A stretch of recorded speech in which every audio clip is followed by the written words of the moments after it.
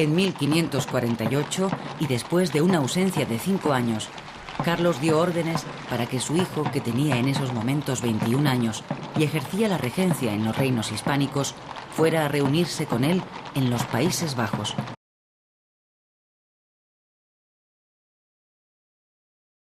El imperio inmenso que heredó Felipe II llevará también aparejado una lucha constante contra los enemigos de su padre y con otros que surgirán durante su reinado.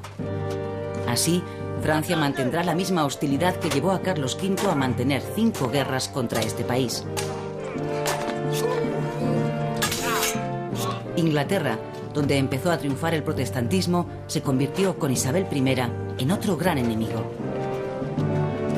El imperio turco fue más que nunca una pesadilla para la monarquía de Felipe II. Las incursiones de los barcos turcos habían hecho del Mediterráneo un mar inseguro, con saqueos continuos a las ciudades de las costas levantinas y africanas.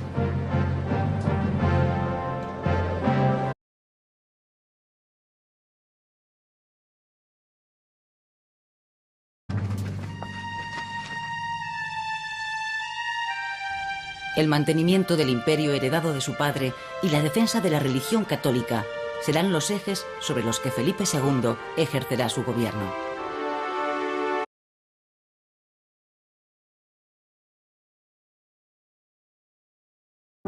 Felipe hizo 2 viajes como príncipe. El primero en 1549 le llevó hasta Flandes, el segundo en 1554 a Inglaterra. Allí se casó por segunda vez con su tía María Tudor. Antes había estado casado con su prima María de Portugal, que falleció poco después de dar a luz al príncipe don Carlos. Felipe fue rey consorte de Inglaterra durante 4 años, aunque solo pasó 15 meses junto a su esposa, cuya muerte en 1548, sin haber tenido descendencia, dio al traste con la posibilidad de una unión con Inglaterra.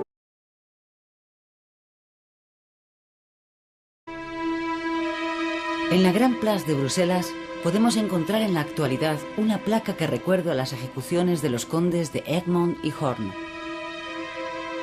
La oposición de la nobleza de los Países Bajos al gobierno de Felipe II se centró en el problema religioso. La expansión de las ideas protestantes en estos territorios, sobre todo las calvinistas, chocaron frontalmente con la intransigencia de las leyes sobre herejía, generando una campaña de desprestigio de la monarquía a través de grabados críticos con la política del rey en estos territorios. La exigencia de tolerancia religiosa se convirtió en la piedra angular del conflicto político. La llegada en 1567 del duque de Alba, tan buen general como mal gobernante, con un gran ejército, acrecentó el abismo interpuesto entre 2 concepciones diferentes de la vida y del gobierno y quedó reflejada en grabados que mostraban la crueldad de los soldados de la monarquía de Felipe II. El Tribunal de los Tumultos, conocido como Tribunal de la Sangre, ejecutó sumariamente a 247 personas en los 3 primeros meses de 1568, lo que no hizo sino agravar el conflicto. Una larga etapa de rebeliones, junto a los atrasos en la paga a los soldados de los tercios, propiciaron el saqueo de la ciudad de Amberes en 1576. Todos estos acontecimientos minaron la autoridad del monarca en los Países Bajos y exacerbaron los ánimos de los rebeldes flamencos.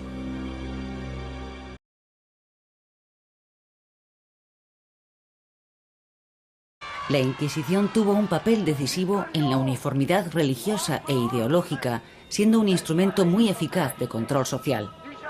La represión de la Inquisición fue tan intensa que no escapó a ella ni el arzobispo de Toledo y primado de España, Bartolomé de Carranza. Acusado de defender proposiciones heréticas en un catecismo que había editado en castellano, fue encausado en un proceso que se prolongó durante 17 años.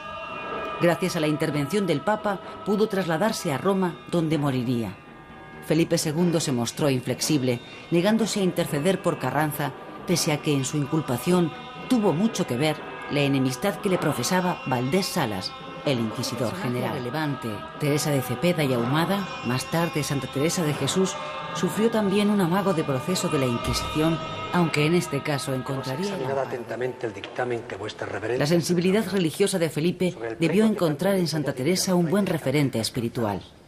Sus obras se convirtieron en libros de cabecera para el rey, que la protegió contra las acusaciones de heterodoxia, asegurándose además de que todos sus libros y documentos entraran a formar parte de su biblioteca en el Escorial. Con gobierno independiente de la de los frailes calzados.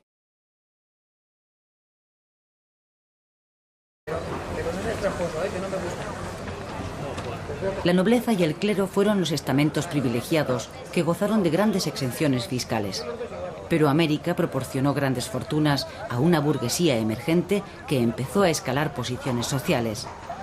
Los grandes burgueses se inclinarán por el rentismo, al mismo tiempo que se impone un sistema de valores parasitarios con ansias de grandeza y lujo y que despreciaba el trabajo manual. Hacia finales del siglo XVI se consideraba que había un solo campesino trabajando por cada 30 ciudadanos no productores.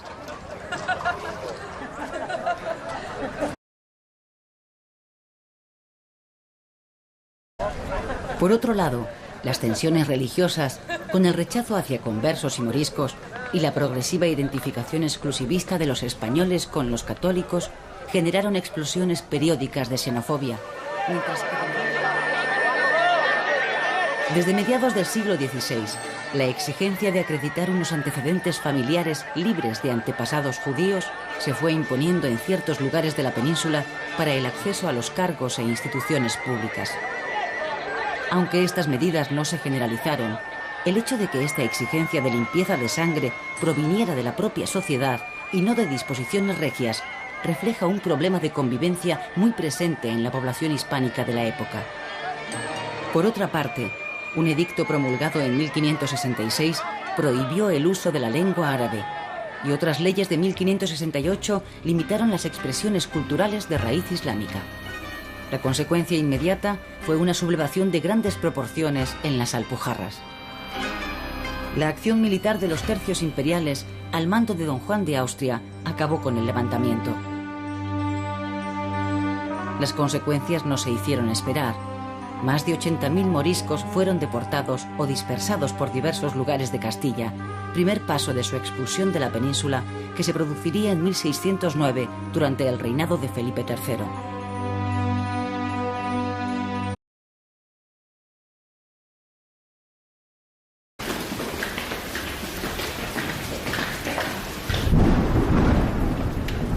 ...1568 fue un año horrible para Felipe II, pues en este corto periodo de tiempo, conflictos políticos como el recrudecimiento de las rebeliones en los Países Bajos y la sublevación de los moriscos granadinos se unieron a problemas personales.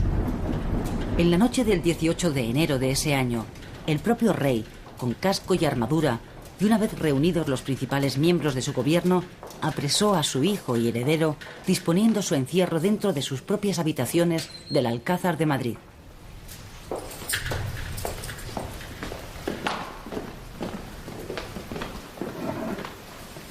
¿Qué es esto? ¿Qué hacéis? Sujetadle. El príncipe Carlos era hijo de la primera esposa de Felipe, María Manuela de Portugal, y había sido jurado heredero en 1560. Sin embargo, el rey nunca confió en él. La agitada vida del heredero y los enfrentamientos con su padre y otros miembros del gobierno, como el duque de Alba, culminaron cuando don Carlos se implicó en una serie de acciones sospechosas de traición a la monarquía.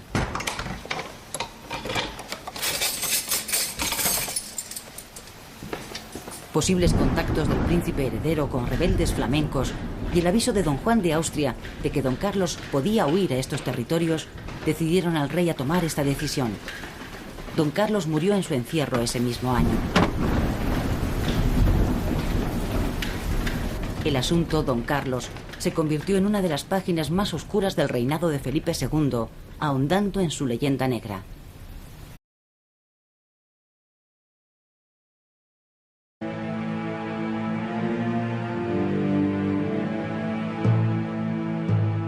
Durante el reinado de Felipe II, la leyenda negra antiespañola, que se había iniciado a finales del siglo XV, se articuló sobre todo en torno a la Inquisición, a la política exterior y al trato dado a los indígenas de América, así como a la propia persona del rey.